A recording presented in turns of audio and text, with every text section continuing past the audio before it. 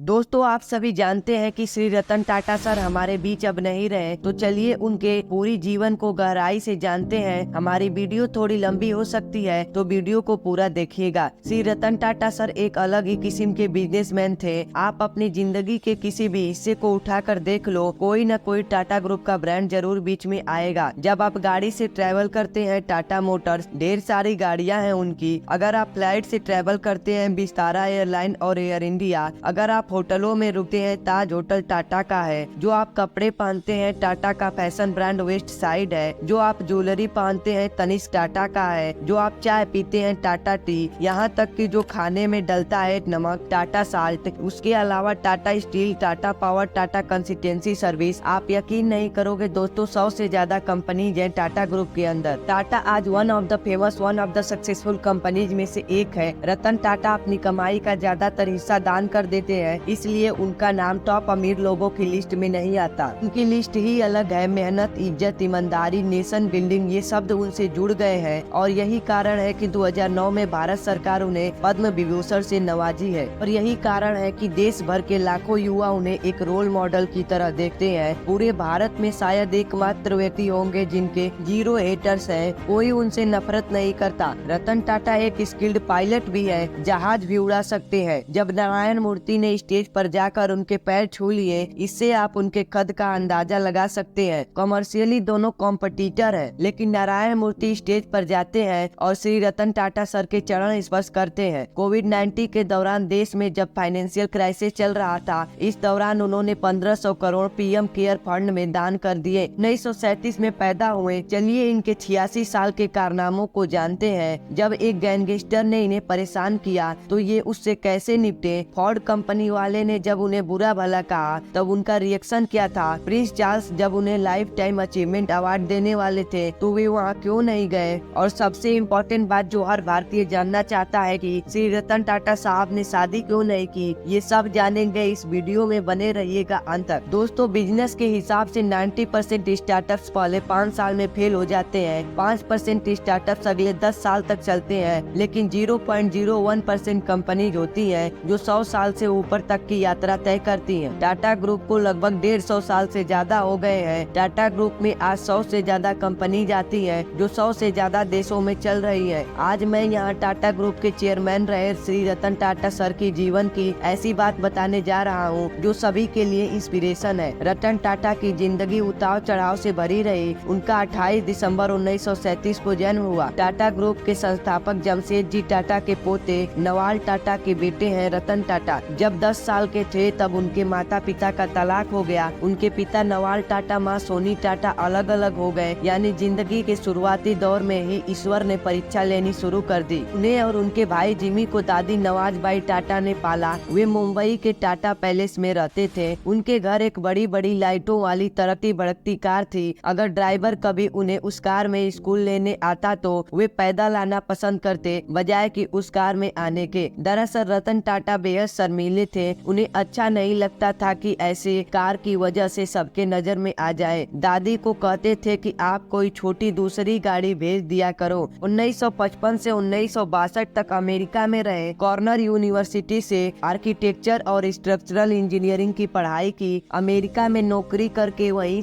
शादी करके सेटल होने का इरादा था, लेकिन ईश्वर को कुछ और मंजूर था। दादी ने अपने खराब सेहत की खबर देते हुए वापस बुला लिया। रतन टाटा ने टाटा ग्रुप के साथ अपने कैरियर की शुरुआत की। एक साधारण कर्मचारी के तौर पर की। उन्होंने टाटा ग्रुप ज्वाइन किया। टेल्को जिसे टाटा मोटर कहा जाता है, और टिस्को जो टाटा स्टील है, यहाँ उन्होंने 100 वर्कर्स के साथ काम शुरू किया। पैदल ही काम पर जाते थे, सबके साथ लग के लाइन में खाना खाते थे, और सबके साथ हॉस्टल में रहते, कपड़े धोते। आम वर्कर की जिंदगी जीने वाले श्री रतन टाटा साल 1991 आते आते टाटा ग्रुप के चेयरमैन बन गए। 2012 में रिटायर हो गए। रतन टाटा ने अपने 21 साल के राज में टाटा ग्रुप को शिखर पर पहुंचा दिया। कंपनी की वैल्यू 50 गुना बढ़ा दी। वो फैसले लेते गए और उन्हें सही साबित करते गए। As a chairman of Tata group, उन्होंने course, Tetley Land Rover, Jaguar को टेक ओवर किया। उन्होंने टाटा ग्रुप को ग्लोबल ऑर्गेनाइजेशन बना दिया। उन्हें इंस्टाग्राम पे कौन लेके आया, वो भी अपने आप में बड़ा दिलचस्प किस्सा है। अब कहानी आती है बॉस और एम्प्लॉय की। 2014 में एक जवान लड़का शांतनु टाटा ग्रुप का एम्प्लॉय था। एक बार उसने एक आवारे कुत्ते को सड़क पे मरते हुए देख लिया। उन्हें लगा कि कुछ तो करना चाहिए, तो कुछ दोस्तों के साथ मिलकर एक रिफ्लेक्टर डॉग कॉलर बना दिया जो रात में चमके और रात में ड्राइव कर रहे लोगों को दूर से ही कुत्तों का पता चल जाए। उनको पता लगा कि इस चमकने वाले कॉलर की वजह से कुत्तों की जान बच रही है, तो उन्हें बहुत अच्छा लगा। उन्होंने इसी का बिजनेस करने का सोच लिया, एक वेंचर शुरू किया और अपने वेंचर का नाम रखा मोटो पाव। लेकिन दिक्कत ये थी कि ज्यादा कॉलर बनाने के लिए पैसे तो थे नहीं। अब वे अपने पिताजी के पास गए। पिताजी से पूछा क्या करूं? उनके पिताजी ने उन्हें सलाह दी कि रतन टाटा को भी कुत्तों से बहुत लगाव है, बड़ा प्यार करते हैं, इसलिए आप एक काम करो, रतन टाटा को एक चिट्ठी लिखो। शांतनु ने सर रतन टाटा सर को एक लेटर लिख दिया। फिर 2 महीने बाद रतन टाटा सर का जवाब आया। उन्होंने कहा कि उनको शांतनु का काम बहुत अच्छा लगा, वे अब शांतनु से मिलना चाहेंगे। कुछ दिनों के बाद मुंबई में मुलाकात हुई। रतन टाटा ने शांतनु को अपने कुत्तों से मिलवाया और उनके वेंचर की फंडिंग भी कर दी। इस तरह दोनों के बीच में दोस्ती हो गई। इसके कुछ समय बाद शांतनु पढ़ने के लिए अमेरिका चले गए, उसी कॉर्नर यूनिवर्सिटी में जहाँ से रतन टाटा ने पढ़ाई की थी। जब शांतनु का कोर्स खत्म हो गया तब रतन टाटा ने उन्हें ऑफर दिया कि मेरे बिजनेस असिस्टेंट बन जाओ। शांतनु ने खुशी से उनका ऑफर एक्सेप्ट कर लिया। वे कहते हैं कि हर किसी को एक अच्छी दोस्ती करनी चाहिए। इस वीडियो में रतन टाटा शांतनु के साथ अपना 84वां जन्मदिन मनाते हुए दिख रहे हैं। शांतनु ने ही इंस्टाग्राम पर आने की एडवाइस दी थी, जिसे मानकर रतन टाटा सर इंस्टाग्राम पर आए थे। ये बात 1998 की है, जब टाटा मोटर ने अपनी पहली पैसेंजर कार इंडिका मार्केट में उतारी थी। दरअसल ये रतन टाटा का ड्रीम प्रोजेक्ट था, लेकिन इस कार को उतना ज्यादा रिस्पॉन्स नहीं मिला जितना कि उन्होंने सोची थी। इस वजह से टाटा मोटर्स घाटे में जाने लगी। कंपनी से जुड़े लोगों ने उन्हें कंपनी को बेचने का सलाह दिया और वो ना चाहते हुए भी रतन टाटा को फैसला एक्सेप्ट करना पड़ा। उसके बाद वो अपनी कंपनी को बेचने के लिए फोर्ड के पास गए। रतन टाटा और फोर्ड कंपनी के मालिक के बीच कई घंटों तक मीटिंग चली। इस दौरान विल फोर्ड ने रतन टाटा के साथ अच्छा व्यवहार नहीं किया और कहा, जिस व्यापार को आपको समझ और जानकारी नहीं थी उसमें उतना पैसा ही क्यों लगा दिया? ये कंपनी खरीद कर हम आप पर एहसान कर रहे हैं। ये शब्द विल फोर्ड के थे। रतन टाटा वहाँ से अपमान होकर डील को कैंसिल करके वापस भारत आ गए। इसके बाद सर रतन टाटा ने निश्चित किया कि वो इस कंपनी को किसी को भी नहीं बेचेंगे और लग गए कंपनी को नई ऊंचाइयों पर पहुंचाने के काम पे। इसके बाद टाटा इंडिका ने भारतीय बाजार के साथ साथ विदेशों में भी सफलता के झंडे गाड़ दिए। तो वहीं इस घटना के कुछ ही समय बाद फोर्ड कंपनी का पतन शुरू हो गया। 2008 तक आते आते फोर्ड कंपनी दिवालिया होने के कगार पर पहुंच गई। फिर रतन टाटा ने फोर्ड के लग्जरी कारों जैसे कि लैंड रोवर और जैगुआर को खरीद लिया। रतन टाटा के साथ मीटिंग के लिए फोर्ड के अधिकारी भारत आए और मुंबई हाउस में मीटिंग फिक्स हुई। ये सौदा 2.3 अरब डॉलर में हुआ। तब फोर्ड ने रतन टाटा से फिर वही बात दोहराई जो उन्होंने रतन टाटा सर से तब कही थी जब वे अमेरिका गए थे। मुंबई की मीटिंग में विल फोर्ड के शब्द थे, आज आप हमारी कंपनी खरीद कर हम पर बहुत बड़ा एहसान कर रहे हैं। यही सीखने वाली बात है कि अपनी अपमान का बदला अपनी कामयाबी से लेना चाहिए। 26 नवंबर 2008 का मुंबई टेररिस्ट अटैक, जिसको ताइवान ने प्लान किया था, 166 निर्दोष मारे गए, 9 आतंकवादी मारे गए। इस घटना में पूरे देश के साथ साथ रतन टाटा सर को भी हिला दिया, क्योंकि उनका निशाना था मुंबई का ताज होटल। जिन ताज कर्मचारियों की जान इस आतंकवादी हमले में चली गई, उनकी बची हुई जिंदगी की पूरी सैलरी एक साथ उनके परिवार को दे दिया गया।